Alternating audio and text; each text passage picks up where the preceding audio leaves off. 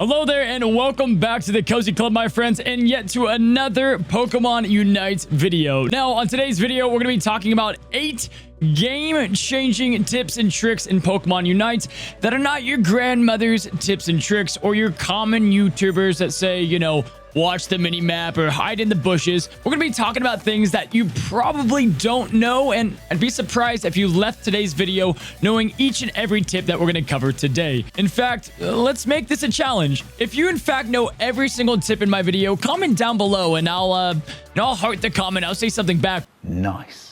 Curious to truly know if I was able to dig deep enough and find some really meaningful, game-changing tips that you did not know within Pokemon Unite. Again, we've got 8 tips for you guys today, and let me tell you, tip 8 is gonna absolutely blow your mind, and it's almost too crazy to believe. Let's go ahead and jump right into today's video.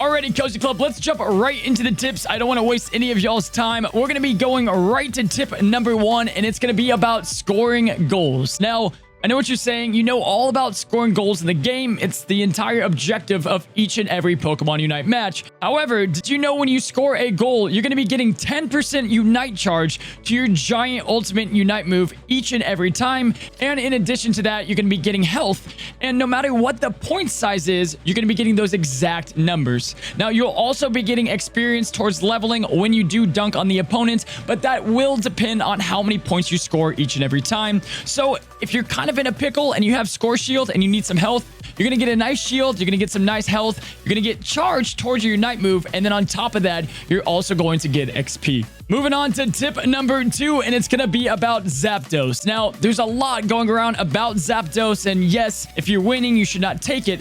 However, I've got a tip for if you're losing or if you've died and you're going back to Zapdos. Now, the common thing is you're going to spawn and you're going to run, use the jump pad and run right down that center lane. But my tip, guys, for you is do not run down that center lane. Not only Pokemon like Machamp, Ninetales, and plenty of others have these big AoE and lane-filling Unite moves that are going to delete yourself and your entire team. By not going in that middle lane, you're going to be throwing them off completely. You can go up or down and really surprise the enemy, as they're not going to be expecting you, as they just killed you, they saw the respawn timer, and they're expecting you to go down that middle path.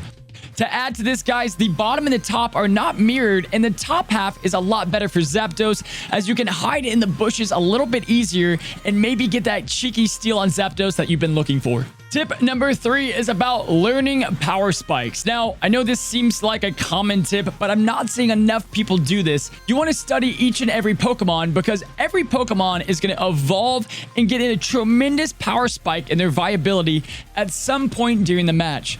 Some are way later in the game like Charizard and Gardevoir, but others are a lot earlier like Machamp.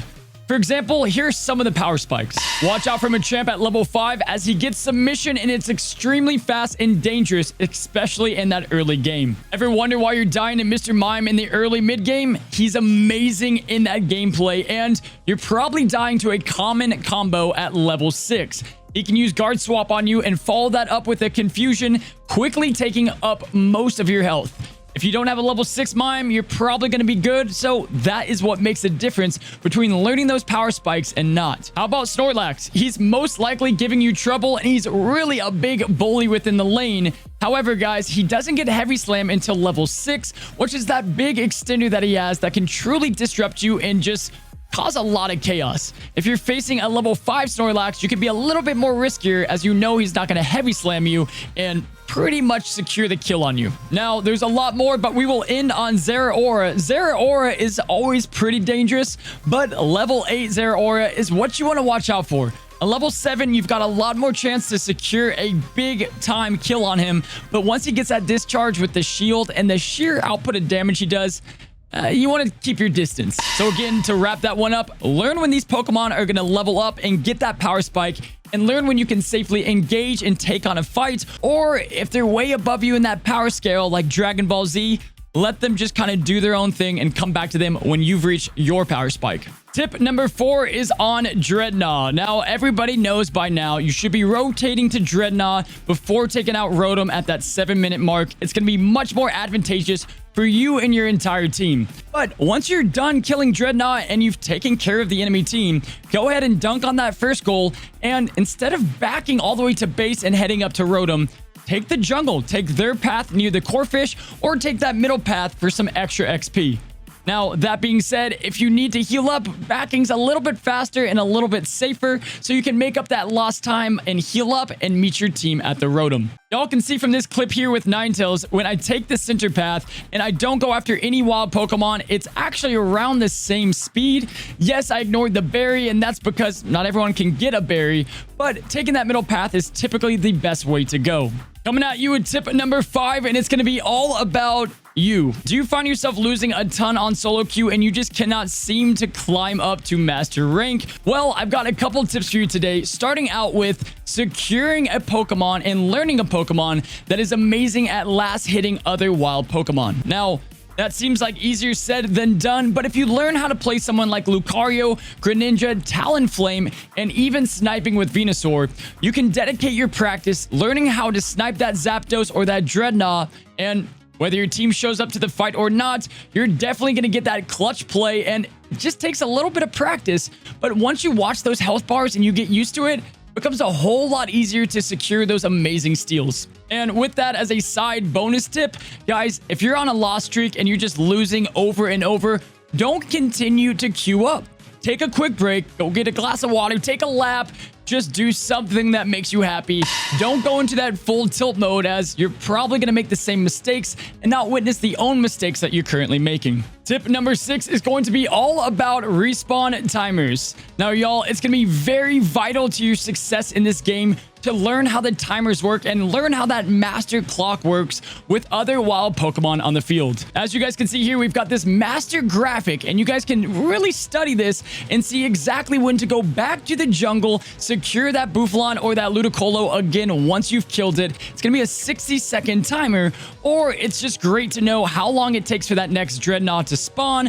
Learning these times is really going to help yourself and your entire team. And in addition to that, there's a lot of little timers in this game, like 40 seconds for berries to respawn, and just the general respawn times when you kill a Pokemon. How long does it take for them to come back and the enemy's going to swarm you yet again for that Dreadnought fight? Learn the timers, start studying them, and just check out and study this graphic, which you can find in my Discord. Just 2 tips to go, guys. If you're liking this video, let me know down in the comments and like today's video. Also, feel free to subscribe, as it helps grow the Pokemon Unite fan base that I have a ton.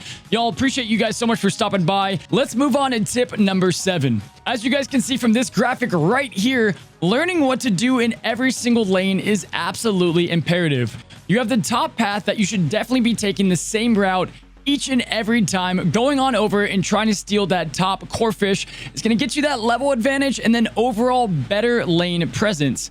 While you're jungle, you want to ignore those A-Palms for your other teammates, go straight over to the Lillipup and start making your jungle path and really ensuring that your team is getting the most XP as possible. Guys, I've got a whole jungle guide if you want to see that. That is up in the top right-hand corner. And we'll move on to the bottom lane, which is just a little different than the top lane. And that is going to be 2 different choices. You can go ahead with your teammate and try to secure that top wild Pokemon, as you can see in the graphic. Or if they're already taking that and you've got no shot, go and get their bottom right Pokemon and try to secure a cheeky, quick kill to give yourself a big advantage in taking a wild Pokemon that's important and imperative to their experience sharing. Alrighty, guys, well, we've got our last tip, and this is the one that I said was absolutely crazy, and it's going to be tip number 8, and that is you actually do not want to take down Dreadnought right before Zapdos. As I was on Reddit, and I've been seeing some testing on this more and more, guys. If you kill Dreadnought, it's actually giving you a 55% damage reduction while you're fighting Zapdos. So you're actually getting punished. You might be getting those levels, and, you know, it might be worth it to gain those quick levels. But if you're ahead already, you don't want to take out that Dreadnought, because actually it'll be hurting yourself in that team. Now, I've seen a lot of testing on this already, and I've tested it a little bit myself. I still want to see the numbers and the true data for it, but I just thought that was absolutely wild and something that I was continually doing within my matches. But just in case that one doesn't work, a quick tip for you guys is don't try to be best friends with every Pokemon. This is not a true MOBA where you have to just one-lock one Pokemon and never play anyone else. but try to get about 3 Pokemon under your cap to really train them up and be ready for any situation, any team comp, in any battle. Alrighty, my friends. Well, was I right? Did you know each and every tip, or was there one that you guys did not know and learned something from today's video? I want to thank you so much for stopping by the Cozy Club, checking out the Pokemon Unite content. We've got a lot of Pokemon guides coming out. We do a Pokemon talk show with some other big YouTubers. We've got a lot going on here at the Cozy Club. So if this was something that you like, consider subscribing in. Until next time, stay cozy.